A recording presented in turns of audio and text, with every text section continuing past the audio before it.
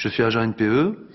Je vais vous parler de la privatisation de l'Agence nationale pour l'emploi par la loi de cohésion sociale, dite loi Borloo de 2005, qui est plus une loi de démantèlement du service public de l'emploi et de mise en concurrence du marché du placement. Cette loi est issue d'une directive européenne qui a redéfini le placement, non plus comme un service public, mais comme un service aux entreprises, donc un produit vendable. Le résultat, c'est que la CEDIC peut passer des marchés avec de nombreuses multinationales privées, n'est plus forcément obligée de passer par la NPE.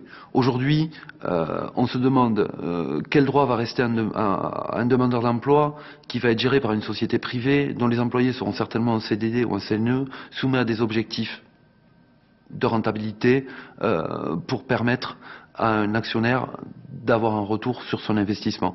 On est très inquiet puisque désormais les gros payeurs que sont la CEDIC et les conseils généraux gérant les RMistes et la CEDIC gérant les indemnisés, vont financer des multinationales et donc leurs actionnaires. Les cotisations à CEDIC qui sont le fruit de notre travail et qui sont censées soutenir nos familles et nous soutenir lorsque nous n'avons pas d'emploi vont alimenter une marge privée. Et d'autre part, l'argent de nos impôts, celui qui finance le RMI pour les conseils généraux, va également alimenter cette marge pour les actionnaires. Il me semble que dans un pays civilisé, ça reste inacceptable, puisque la matière première dans l'emploi, ce sont quand même les hommes.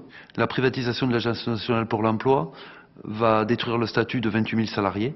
La disparition de ce statut, c'est surtout la fin d'une garantie de traitement pour l'usager par la protection de l'employé public d'État qui va le recevoir. Ce n'est pas le mandat du peuple qui, le 29 mai 2005, a voté à 55% non à la Constitution européenne, qui concentrait en elle seule l'ensemble du traité de Maastricht et de toutes ses directives.